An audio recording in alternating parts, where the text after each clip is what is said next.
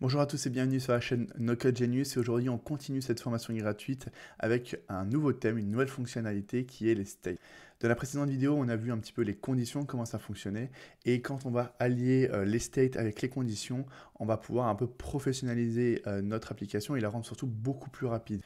Mais avant tout, du coup, qu'est-ce que les states? Le state, en fait, c'est une donnée, une base de données qui va être temporaire et il va être stocké directement dans votre navigateur. Elle ne va pas être stockée dans votre base de données, celle-ci, qu'on a créée ensemble dans les précédentes vidéos, mais elle va être stockée dans votre navigateur. C'est-à-dire que lorsque vous allez refresh la page, bah, cette base de données temporaire, ce state, va être réinitialisée. Et du coup, vous allez dire, bah, ok, bah, c'est cool, mais à quoi ça sert alors? Et bah, grâce aux conditions, on va pouvoir en fait faire afficher dynamiquement des choses, on va pouvoir sélectionner temporairement un élément dans un reporting group. Qu'est-ce qu'on va pouvoir faire d'autre? On va pouvoir, on va tout tester. Je vais vous montrer tout ça. Donc, ce qu'on va faire déjà, on va se créer un state. Donc, comment on fait pour se créer un state? On va double-cliquer sur un élément et en haut, on a un petit i là.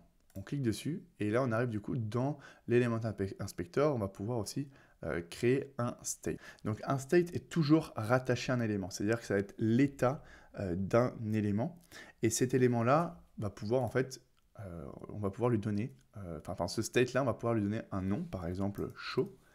Et ensuite, on pourra, comme dans la base de données, on va pouvoir lui donner un type. Donc, vous avez vu, ça peut être un texte, un number, etc. Ou même ça peut être bah, voilà, une relation avec la base de données, donc team, task, projet, etc. Donc nous, ce qu'on va faire déjà, on va faire un number. Hop, et on peut aussi choisir si c'est une liste, hein, si on va stocker plusieurs choses dans ce state. Ok, nickel. Donc là, je viens de créer mon state, et maintenant, il va falloir le paramétrer. Donc on appelle ça set state, donc paramétrer le state en anglais. Parce que là, actuellement, si je retourne dans mon state, ma valeur est nulle. Ok, donc déjà, ce qu'on va faire, c'est qu'on va se l'afficher. Donc là, je vais l'afficher, je vais mettre un 12 light, et ici, je vais récupérer du coup mon élément. Donc là, ça va être ma page. Hop, je retourne voir ma page. Donc, elle s'appelle state, la page. Alors, attendez, je vais peut-être la rename. Exemple state. Voilà. Et donc, je viens récupérer ma page, donc mon élément. Hop. Et ensuite, on a le state qui est relié à la page. Enfin, à l'élément, pardon. Donc, show. OK. Très bien. Donc là, je vais aller voir un petit peu ce qui se passe. Effectivement, déjà, ma page n'est pas responsive. Hop. Mais on peut voir que mon élément, en fait, mon state, est vide. Il n'y a rien, il n'y a aucune valeur dedans. OK. Donc je vais, par exemple, remettre sur ma page, par contre, maintenant, un texte hello. Alors là, non, c'est un number, donc on va mettre 1, pardon. Hop, je refresh la page. Et maintenant, mon state par défaut est 1. Du coup, mon state de ma page est 1. Donc là, si je refresh, bah, ça sera toujours 1, parce que mon state par défaut, c'est 1. Maintenant, ce qu'on va faire, c'est qu'on va, par exemple, se faire un petit calculateur. Pas un calculateur, hein, c'est un grand mot, mais avec on va avoir notre state de la page et on va pouvoir l'augmenter et le diminuer. Donc, je vais faire tout ça. Alors, on va se le mettre un peu plus gros. On va se le mettre en 20, 20 light. Tac, on va se le mettre au middle. Tac, tac. Ok. On va le rétrécir un peu. Hop, 20. Nickel. Et on va se mettre un bouton plus. On va mettre diminuer.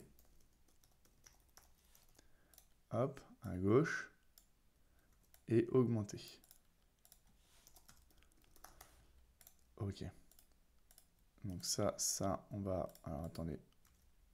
Hop, j'essaie de faire un truc normal. Ok. Donc là, en fait, on va avoir un state, donc notre valeur qui est stockée dans notre navigateur, qui va être dynamique, parce qu'on va pouvoir la diminuer et l'augmenter. Donc quand je vais cliquer sur ce bouton-là, il faut que j'ajoute 1 à mon state. Donc comment on va faire? On avait dit qu'on va devoir set le state, donc le paramétrer. Et dans notre workflow, on a effectivement, donc c'est dans Element Action, il me semble, ouais, set state. Hop, il nous demande, ok, bah, sur quel élément tu veux paramétrer le state. Donc, nous, on a dit que c'était notre page, donc exemple state. Hop, il nous retrouve notre state. Et là, on veut lui ajouter plus 1, moins 1, pardon. Donc, ce qu'on va faire, c'est que on va devoir reprendre cette valeur-là, parce que tout à l'heure, quand on va cliquer plusieurs fois dessus, bah, ça va être 1, 3, 4, 5, 6, 7, ou moins 1, moins 2, moins 3. Donc, on va devoir reprendre cette valeur-là et lui ajouter, enfin, lui diminuer, la diminuer de 1. Donc on va faire reprendre le state de notre page, hop, et on va lui faire moins 1. Ok. Donc si je clique dessus, on va voir ce qui se passe. Ok, ça fonctionne bien. Maintenant, il faut que je le fasse +1 ici. Donc, très bien. Hop. Donc, je set aussi le state de ma page. Hop. Et je vais lui faire example state show plus. Alors, ouais, est-ce qu'il va me trouver +1? Alors, show, c'est peut-être pas le bon nom. On va peut-être le changer. On va mettre calculator.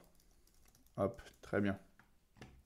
Et ça, on peut s'en servir, par exemple, je sais pas, imaginons que vous voulez donner une commission à, je sais pas, qu'est-ce qu'on pourrait donner comme exemple? Voilà, vous êtes dans un restaurant, je sais pas, vous voulez donner un tips au serveur, hop, augmenter, ah, je vais lui donner 4 euros, hop, et je valide. Ou alors je vais lui donner, ah non, plutôt 1 euro, ah non, je vais lui donner, enfin voilà, vous avez compris.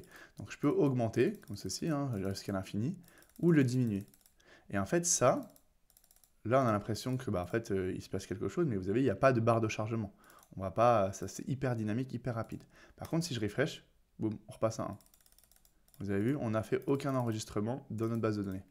Par contre, après, du coup, on peut l'enregistrer, ce state-là, en disant, hop, excusez-moi, tac, save, ou enregistrer plutôt, si on part sur du français. Tac, tac. Et du coup, on va pouvoir faire après un make change to data, to a thing. Qu'est-ce qu'on a dans notre... j'ai rien du tout là. Ouais, bon, j'ai pas grand chose. Alors attendez, est-ce que sinon je me mets dans le current user? On va lui dire le state. Ça va être un number. Donc là, on va l'enregistrer dans notre base de données. Donc je vais faire hop, make change to current user.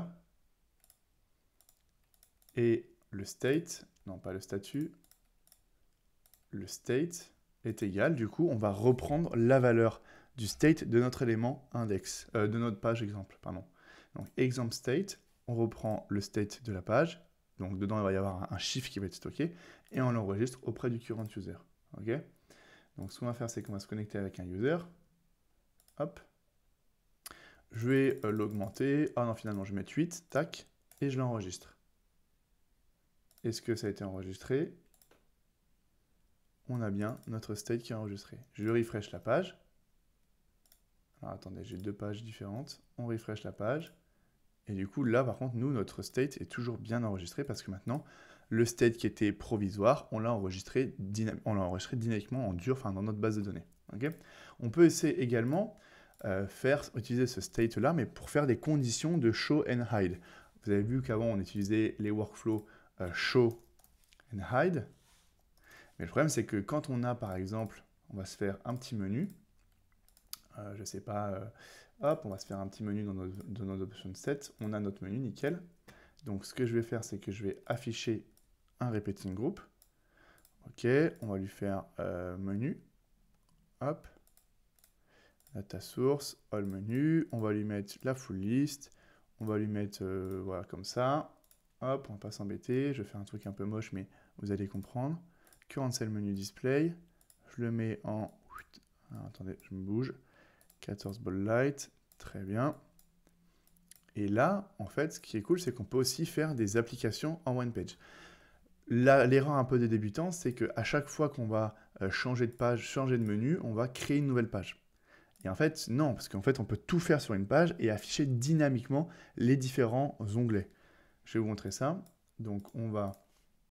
Voilà, donc on a nos éléments affichés. Alors, attendez, je vais déjà rendre les choses un peu moins grand. Tac, tac, tac. Ok. Et là, le truc, c'est qu'on va se dire, ok, maintenant, moi, quand je vais cliquer sur mon compte, je veux que tu m'affiches ici une fenêtre qui va concerner mon compte, ou les employés, etc. Se déconnecter, on ne va pas le fermer. Donc, ce qu'on va faire, c'est qu'on va se créer un groupe. Et dans ce groupe-là, on va peut-être pas le mettre comme ceci. Je n'ai pas de... Ouais, j'ai que du white. Ok. On va le mettre voilà, en gris comme ça. Hop, et je vais en faire un deuxième.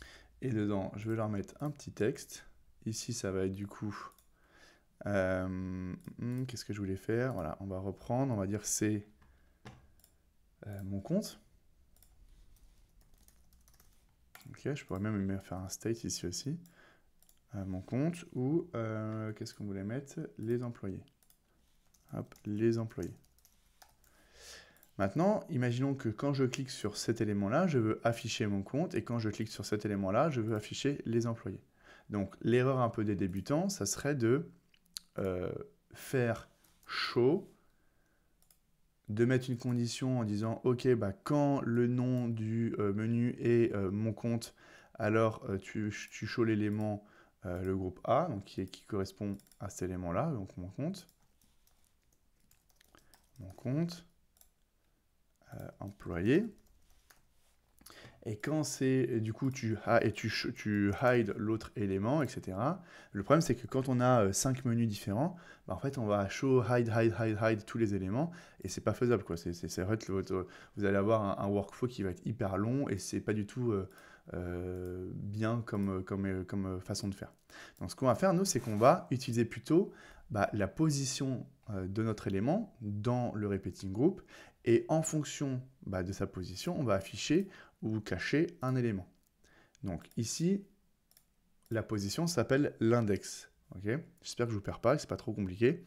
Mais du coup, dans un repeating group, tous nos éléments ont une position. Donc cet élément-là, c'est la position 1, cet élément-là, c'est la position 2. Et grâce à cette position-là, on va pouvoir lui dire, ok, tu vas m'afficher mon compte quand on clique sur cette position-là, et quand on clique sur l'élément en deuxième position, tu m'affiches les employés. Donc, ce qu'on va devoir faire, c'est qu'on va devoir stocker ce numéro de position dans un state. On peut, encore une fois, le placer sur la page, et on va lui créer un nouveau state. On va l'appeler tabs. On va lui mettre aussi un number. Okay, et donc, quand on va cliquer ici, on va récupérer sa position, et on va le stocker dans le state. Donc, on va le paramétrer, cette state. Hop, example state, tabs, et ici, on voit current cell index. Current cell index qui correspond du coup à 1. Ok, je vais vous le montrer. Tac, on va se mettre un élément ici. On va le mettre en 12-20. Hop. Index. Exemple C, pardon. Je ne sais pas pourquoi je dis index tout à l'heure. Hop, tac. Et vous allez voir que, en fait, on a avec un seul workflow et des conditions, on va pouvoir faire en fait un menu un peu comme ça dynamique. Alors qu'on aurait dû mettre des show, des hide, etc. sur cet élément-là, etc. Donc là, mon state de tabs est égal à 0, et quand je vais cliquer ici, hop, il va être égal à 1. Ici, quand je vais cliquer ici, il va être égal à 2, parce que mon élément est en première position, mon élément employé est en deuxième position. Et là, ce déconnecté est en troisième position. Ok ? Et maintenant, ce qu'on va lui dire, c'est que on va lui dire, tu t'affiches, toi, uniquement quand le state de la page, donc tabs, est 1. Donc on va lui dire de base, tu es caché, et quand le tab de la page est à 1, tu t'affiches. On va le faire la même chose ici, mais pour 2. Hop, example state, tabs is 2. Alors cet élément-là est visible. On vient le cacher aussi. Tac. Du coup, notre élément sont tous les deux fermés. Je clique ici, hop, et on a bien une espèce de menu de navigation qui est hyper simple, hyper dynamique. Et vous avez vu, on clique à peine dessus, il n'y a même pas de workflow qui se lance, tellement que c'est rapide, et on va pouvoir afficher dynamiquement comme ça et rendre la fluidité de l'application hyper simple et hyper rapide. On peut également lui dire, on peut également les grouper ensemble, et en disant, ok, lui quand il est hide, enfin quand il est caché, tu te collapses, et lui pareil. Comme ça, en fait, vous allez voir qu'on va encore améliorer notre application tout simplement. Donc, je clique ici, hop, et en fait, il y a juste, bon là, les deux éléments ne sont pas à peu près au même niveau, mais vous avez vu, en fait, on a l'impression que c'est juste le contenu qui change à l'intérieur, alors qu'on a bien deux groupes différents. On peut également lui dire, parce que le truc, c'est que, en fait, je suis obligé de cliquer sur mon compte pour afficher mon compte. Moi, je voudrais que mon compte soit tout le temps affiché. Et du coup, on va pouvoir lui dire, ok, le state de base, le number de base, ça va être 1. Comme ça, quand je vais lire de la page, ça sera directement mon compte qui sera affiché. Et hop, comme ça, j'aurai déjà de la donnée. En fait, je n'ai pas besoin de pousser l'utilisateur à aller cliquer sur mon compte. Et du coup, hop, là, 3, il n'y a rien. Et du coup, là, on a fait un menu dynamique, on appelle ça un tab. Vous pouvez l'utiliser pour un menu, on peut l'utiliser pour plein d'autres choses dans des landing pages, etc. Mais vous avez vu qu'avec des conditions et un paramétrage de state, on arrive à faire quelque chose de hyper simple, hyper rapide et très professionnel. Ok, qu'est-ce qu'on pourrait faire d'autre ? On pourrait également aussi afficher, par exemple, un message d'erreur un peu dynamique. Par exemple, je vais lui dire, ok, dans mon state, tu vas t'afficher un message d'erreur. Et ici, on va lui dire, c'est du texte. Ok. On pourrait lui mettre un groupe, je ne sais pas, en haut à droite, par exemple. Tac. Ici, faire une petite notification un peu sympa. Est-ce que j'ai des couleurs un peu cool? Ouais, on va mettre ce tag en 30. Voilà, on va lui mettre tag 2. On va lui mettre encore un truc un peu sympa. On va se faire une petite notification très rapide, mais assez cool, vous allez voir. Pour un peu avertir où est-ce qu'en est l'utilisateur, si son truc, l'action qu'il a faite a été réalisée avec succès. On va mettre un peu plus petit. Voilà. Et ici, on va lui mettre, en fait, ça va être simplement le message, le state de notre page qui va comporter l'erreur qu'on va pouvoir modifier. Vous allez voir tout de suite. Donc 14 ball light. On vient lui mettre ça. On va l'agrandir. Alors attendez, c'est un peu bugué. Voilà. On va la réduire un peu. Tac. Voilà. Et on va laisser comme ça pour l'instant. On va voir ce que ça donne. Je vais juste vérifier que c'est bon. Là, on va lui mettre un petit peu d'arrondi. En haut à gauche et en bas à gauche. Tac. Comme ça, on vient épouser un petit peu la forme de notre élément. On va carrément réduire. Voilà, pour que ça ne soit pas trop grand. Nickel. On va également le centrer. Et du coup, là, en fait, on a pour l'instant notre élément. Alors, on va lui appliquer une fix width. Hein, on va l'appliquer comme ça. Hop, une max width plutôt. Nickel. Donc là, notre élément est vide. On va également lui dire qu'il est invisible de base, par exemple. Hop. Et donc, quand on va, par exemple, cliquer sur, je ne sais pas, cet élément-là, on va set le state de la page, donc pour afficher l'élément. Et ici, on va également set le state de notre page, mais concernant le message d'erreur, ou plutôt, ce ne sera pas un message d'erreur, mais plutôt message, hein, tout simplement. Message. Hop. Donc là, évidemment, c'est dynamique, il vient changer. Et on va lui dire, ok, là, ça ne sera pas... si on pourrait très bien lui dire, le current cell menu display. Tac. Ok. Et on va, je sais pas, show l'élément. Comment il s'appelle? Groupe D, on va l'appeler alerte. Hop, on va faire un peu une custom alerte. Hop, on va du coup la hold, donc on va mettre une pause dans notre workflow et on va la hide. Tac. Alerte. On aurait pu faire aussi un animate pour que ce soit plus joli. Mais voilà, on va voir ce que ça donne. Donc je vais cliquer sur mon compte. Hop, on a bien notre petit message d'erreur, mon compte qui est affiché. Je clique sur employé. Voilà, encore une fois, on est bien bon. Hop, et se déconnecter. Donc là, on a en fait fait dynamiquement, alors je vais aller un peu vite. Hop, on a en fait dynamiquement une petite alerte. On pourrait lui mettre aussi, je sais pas. Hop, ici pas non plus comme ça, mais on pourrait lui dire... alors, s'il veut bien, vous venez de cliquer sur un élément du menu. Tac. On va voir ce que ça donne. Donc, je vais cliquer sur mon compte. Hop, vous venez de cliquer sur un élément du menu. Bon, là, ça va être toujours la même chose, puisqu'en fait, on a fait tout simplement le même message d'erreur. Mais imaginons que ici, on a un workflow qui s'appelle quand une erreur apparaît. On pourrait se créer, du coup, on pourrait modifier le state de notre page. Hop, message, et lui mettre le current workflow error, message. Et du coup, après, on pourrait afficher la chose, etc. Et ça pourrait être très utile pour une page de sign-up login, pour avoir, en fait, au lieu d'avoir une alerte un peu moche de la part de Bubble, on pourrait se faire une belle alerte comme ça, très sympa, avec le message d'erreur en dynamique.